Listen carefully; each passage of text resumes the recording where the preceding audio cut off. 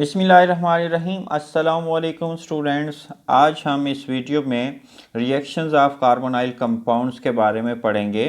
ये रिएक्शंस का पहला लेक्चर होगा हमारा, और इसमें हम सबसे पहले कार्बोनाइल कंपाउंड्स में मौजूद जो कार्बोनाइल ग्रुप है इसकी रिएक्टिविटी को हम डिस्कस कर लेते हैं। ये कार्बोनाइल ग्रुप है जी, इसमें कार्बन और ऑक्सीजन जो हैं ये डबल बॉन्ड बनाते हैं, और इस डबल बॉन्ड में से एक सिग्मा बॉन्ड होता है और दूसरा जो है वो पाई बॉन्ड होता है। हम कह सकते हैं इस डबल बॉन्ड की मौजूदगी की वजह से जो कार्बोनाइल कंपाउंड्स हैं वो एडिशन रिएक्शंस देते हैं। सेम उसी तरह से जैसे अल्कीन के अंदर जो है वो कार्बन कार्बन डबल बॉन्ड मौजूद होता है, और इस डबल बॉन्ड की मौजूदगी की वजह से ये क्या देते हैं, एडिशन रिएक्शन देते हैं। पाई बॉन्ड की मौजूदगी की वजह से ये एडिशन रिएक्शन देते हैं। और जो अल्काइंस होते हैं वो भी पाई बॉन्ड की मौजूदगी की वजह से क्या देते हैं, एडिशन रिएक्शन देते हैं। यानी इनमें अनसैचुरेशन है, अनसैचुरेशन की वजह से ये एडिशन रिएक्शन जो है ये देते हैं। कार्बोनाइल कंपाउंड में भी डबल बॉन्ड मौजूद है तो कार्बोनाइल कंपाउंड्स भी क्या देते हैं, एडिशन रिएक्शन देते हैं। अब हम बात करते हैं ऑक्सीजन, क्योंकि एक इलेक्ट्रोनेगेटिव एलिमेंट है, ये इलेक्ट्रॉन पेयर को अपनी तरफ अट्रैक्ट करेगा तो oxygen get partial negative charge. जब इलेक्ट्रॉन को अपनी तरफ अट्रैक्ट करता है इलेक्ट्रोनेगेटिविटी ज़्यादा होने की वजह से, तो यहाँ पे कार्बन पर इलेक्ट्रॉन की डेंसिटी कम हो जाएगी and carbon get partial positive charge. Carbon पर पार्शियल पॉजिटिव चार्ज और ऑक्सीजन पर पार्शियल नेगेटिव चार्ज क्रिएट हो गया, तो हम कह सकते हैं ये बॉन्ड जो है ये क्या हो गया, दिस बॉन्ड बिकम पोलर। और इस पोलैरिटी की वजह से इलेक्ट्रोफाइल भी अटैक कर सकता है और न्यूक्लियोफाइल भी क्या कर सकता है, अटैक कर सकता है। इलेक्ट्रोफाइल किसे कहते हैं बेटा, आपको पता होना चाहिए। वो स्पीशीज जो इलेक्ट्रॉन डेफिशिएंट होती है या जिस पर पॉजिटिव चार्ज होता है उस स्पीशीज को क्या कहते हैं जी, इलेक्ट्रोफाइल कहते हैं। इसके ऊपर नेगेटिव चार्ज है, और इलेक्ट्रोफाइल कौन है, इलेक्ट्रॉन लविंग है, तो इलेक्ट्रोफाइल क्या कर सकता है, ऑक्सीजन के ऊपर अटैक कर सकता है। अब हम बात करते हैं न्यूक्लियोफाइल की। न्यूक्लियोफाइल किसे कहते हैं, इसको उलट कर दें, ये इलेक्ट्रॉन डेफिशिएंट स्पीशी को इलेक्ट्रोफाइल कह रहे हैं। यहाँ पे जो इलेक्ट्रॉन रिच स्पीशी है, या हम कह सकते हैं जिस पर नेगेटिव चार्ज है या जिस पर लोन पेयर मौजूद हों, उस स्पीशी को हम क्या कहते हैं, न्यूक्लियोफाइल कहते हैं। ये न्यूक्लियस लविंग है, पॉजिटिव स्पीशी लविंग है। कार्बन पर क्योंकि पॉजिटिव चार्ज है इसलिए न्यूक्लियोफाइल यानी न्यूक्लियस लविंग या पॉजिटिव स्पीशी लविंग जो स्पीशी है वो किसके ऊपर अटैक करेगी, वो कार्बन के ऊपर अटैक करेगी। कार्बन को हम इलेक्ट्रोफिलिक सेंटर कह रहे हैं। ज़रा गौर कीजिएगा, क्यों कह रहे हैं भाई, क्योंकि इसके ऊपर पॉजिटिव चार्ज है और पॉजिटिव चार्ज वाली स्पीशी इलेक्ट्रॉन लविंग होती है, इसलिए कार्बन को इलेक्ट्रोफिलिक कह रहे हैं या इलेक्ट्रोफिलिक सेंटर कह रहे हैं। और आपने याद रखना है बेटा, इलेक्ट्रोफिलिक कार्बन पर हमेशा न्यूक्लियोफाइल अटैक करेगा, और ऑक्सीजन को हम कह रहे हैं न्यूक्लियोफिलिक सेंटर कह रहे हैं। ऑक्सीजन को क्या कह रहे हैं, न्यूक्लियोफिलिक सेंटर कह रहे हैं। क्यों भाई, क्योंकि इसके ऊपर नेगेटिव चार्ज है तो ये न्यूक्लियस लविंग है, पॉजिटिव स्पीशी लविंग है, इसके ऊपर जो है इलेक्ट्रोफाइल अटैक कर सकता है। और आपने याद रखना है जो न्यूक्लियोफिलिक सेंटर होता है उस पर हमेशा कौन अटैक करेगा, इलेक्ट्रोफाइल अटैक करेगा। बड़ी सिंपल सी आसान सी बातें हैं। यानी हम यूं भी कह सकते हैं रिएक्शन की जो इनिशिएशन है वो इलेक्ट्रोफाइल से भी हो सकती है, और रिएक्शन में आल्सो भी इनिशिएटेड बाय न्यूक्लियोफाइल, न्यूक्लियोफाइल से भी इनिशिएशन हो सकती है।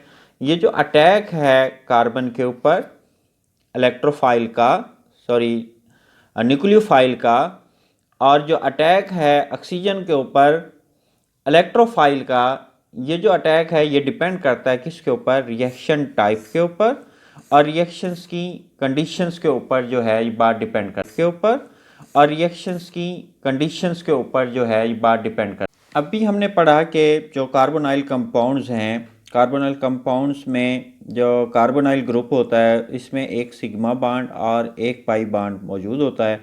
इस पाई बॉन्ड की मौजूदगी की वजह से ये जो कार्बोनाइल कंपाउंड्स हैं ये एडिशन रिएक्शन देते हैं।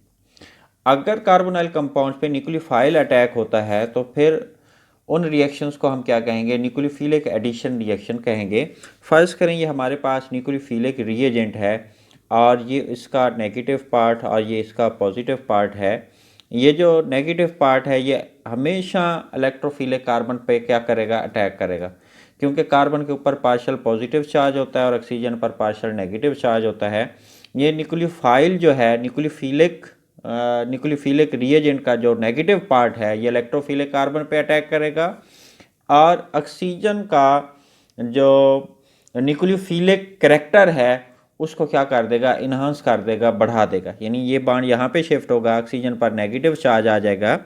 ये इस तरह से हम इसको लिख सकते हैं ओ नेगेटिव, और ये नेगेटिव पार्ट जो है ये किसके साथ बॉन्डेड हो गया, ये कार्बन के साथ, और जो पॉजिटिव पार्ट है ये इस नेगेटिव पार्ट के साथ आ जाएगा, ये OH हो जाएगा।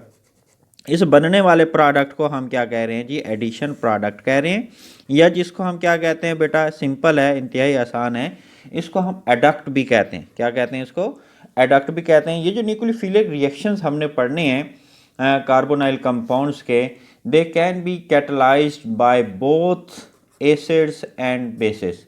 ये एसिड और बेसिस दोनों से कैटलाइज्ड हो सकते हैं। एक्सरसाइज का क्वेश्चन नंबर 5, जिसमें mechanism of nucleophilic addition reactions to a carbonyl compounds के बारे में पूछा गया है। यानी ये जो मैकेनिज्म है एडिशन रिएक्शन का, ये बेस कैटलाइज भी हो सकता है, एसिड कैटलाइज भी हो सकता है। तो पहले हम बेस कैटलाइज एडिशन रिएक्शंस को ब्रीफली डिस्कस कर लेते हैं। बेस कैटलाइज रिएक्शंस के बेटा 3 स्टेप हैं।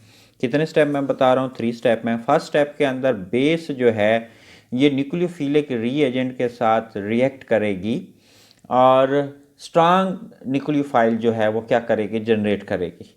बेस क्या करेगी, ये न्यूक्लियोफिलिक रिएजेंट के साथ रिएक्ट करेगी, ये वाटर बनेगा, OH और H मिल के वाटर बना देंगे, और ये स्ट्रांग न्यूक्लियोफाइल जो है ये जनरेट होगा, प्रोड्यूस होगा फर्स्ट स्टेप के अंदर। सेकंड स्टेप के अंदर यही न्यूक्लियोफाइल क्या करेगा, इलेक्ट्रोफिलिक कार्बन पर अटैक करेगा। मैंने आपको पहले भी बताया है कि न्यूक्लियोफाइल हमेशा इलेक्ट्रोफिलिक कार्बन पर क्या करेगा, अटैक करेगा, क्योंकि इसके ऊपर क्या होता है, पार्शियल पॉजिटिव चार्ज होता है। और इसके अटैक की वजह से जो ऑक्सीजन का जो न्यूक्लियोफिलिक करैक्टर है वो इन्हांस हो जाता है। वो कैसे भाई, वो इस तरह से देखें ज़रा, ये आ गया जी ये O नेगेटिव, ये वाला बॉन्ड यहाँ पे शिफ्ट हुआ तो O नेगेटिव हो गया, और न्यूक्लियोफाइल जो है ये किसके साथ, कार्बन के साथ जो है ये बॉन्डेड हो जाएगा। यानी ऑक्सीजन के ऊपर negative, full complete negative charge है, पहले पार्शियल नेगेटिव चार्ज था, कंप्लीट नेगेटिव चार्ज है, तो इसका न्यूक्लियोफिलिक जो करैक्टर है वो इन्हांस हो गया है, हम यूँ भी कह सकते हैं। स्टेप 3 के अंदर क्या होता है, स्टेप 3 के अंदर जो न्यूक्लियोफिलिक ऑक्सीजन है ये पॉजिटिव पार्ट ऑफ रिएजेंट के पॉजिटिव पार्ट को के साथ कंबाइन हो के क्या बना देती है जी, फाइनल प्रोडक्ट बना देती है। किस तरह से, ये ज़रा देखें, ये ऑक्सीजन के साथ क्या आ जाएगा, न्यूक्लियोफिलिक रिएजेंट का पॉजिटिव पार्ट, और कार्बन के साथ क्या आ गया, मैंने पहले भी बताया था, नेगेटिव पार्ट आता है। कार्बन के साथ नेगेटिव पार्ट और ऑक्सीजन के साथ जो है पॉजिटिव पार्ट, यूजुअली जो हाइड्रोजन होता है वो इसके साथ जो है वो कंबाइन हो जाता है। इस तरह से हमारे पास फाइनल जो एडिशन प्रोडक्ट बना है जिसे हम क्या कह रहे हैं, एडक्ट भी कह रहे हैं, इसको हम क्या कहते हैं, एडक्ट भी कहते हैं। अब हम जो एसिड कैटलाइज्ड रिएक्शन है उसको डिस्कस करें। एसिड कैटलाइज्ड रिएक्शंस के अंदर जो एसिड से रिलीज होने वाला प्रोटॉन है ये कंबाइन होता है कार्बोनाइल जो ग्रुप की ऑक्सीजन है, कार्बोनाइल ऑक्सीजन इसके साथ कंबाइन हो जाता है, और कार्बन का जो इलेक्ट्रोफिलिक करैक्टर है, उसकी जो नेचर है उसको क्या कर देता है, इन्हांस कर देता है। ये देखें यहाँ प्रोटॉन ऐड होगा तो ये लोन पेयर जो है ये शेयर्ड होगा, कोऑर्डिनेट कोवलेंट बॉन्ड आपने पढ़ा हुआ है, कोऑर्डिनेट कोवलेंट बॉन्ड जब बनता है तो ये इलेक्ट्रॉन पेयर डोनर है, ये एक्सेप्टर है, तो ऑक्सीजन के ऊपर क्या आ जाएगा, पॉजिटिव चार्ज आ जाएगा। अब यूं भी कह सकते हैं क्योंकि प्रोटॉन पर पॉजिटिव चार्ज होता है, प्रोटॉन के ऐड होने की वजह से ऑक्सीजन के ऊपर क्या आ गया है, पॉजिटिव चार्ज आ गया है। इसका जो इलेक्ट्रोफिलिक करैक्टर है कार्बन की वो कैसे इन्हांस होता है, इलेक्ट्रोफिलिक करैक्टर कैसे इन्हांस होता है, this bond will shift to that, तो चार्ज क्या हो जाएगा, स्टेबलाइज हो जाएगा, चार्ज जो है न्यूट्रलाइज हो जाएगा इस बॉन्ड के यहाँ पे शिफ्ट होने से। और क्योंकि ये इलेक्ट्रॉन पेयर यहाँ पे क्या हो रहा था, शेयर्ड हो रहा था, जब ये यहाँ पे शिफ्ट होगा तो कार्बन पर इलेक्ट्रॉन की डेफिशिएंसी हो जाएगी और कार्बन के ऊपर क्या आ जाएगा, पॉजिटिव चार्ज आ जाएगा। ऑक्सीजन के ऊपर जो पॉजिटिव चार्ज था वो न्यूट्रलाइज हो गया यहाँ पे बॉन्ड के शिफ्ट होने की वजह से, और कार्बन के ऊपर क्या आ गया, पॉजिटिव चार्ज आ गया। ये एक दूसरे के आप कह सकते हैं रेजोनेटिंग स्ट्रक्चर्स हैं। तो इस तरह से क्या हो गया, कार्बन का जो इलेक्ट्रोफिलिक कैरेक्टर है वो क्या हो गया, बढ़ गया। फर्स्ट स्टेप में जो कार्बोनाइल ऑक्सीजन है ये कंबाइन हो गई उस प्रोटॉन से जो एसिड रिलीज करता है। सेकंड स्टेप के अंदर जो न्यूक्लियोफाइल है वो क्या करेगा, इस इलेक्ट्रोफिलिक कार्बन पर अटैक करता है। तो हमारे पास क्या आ जाता है जी, फाइनल प्रोडक्ट आ जाता है।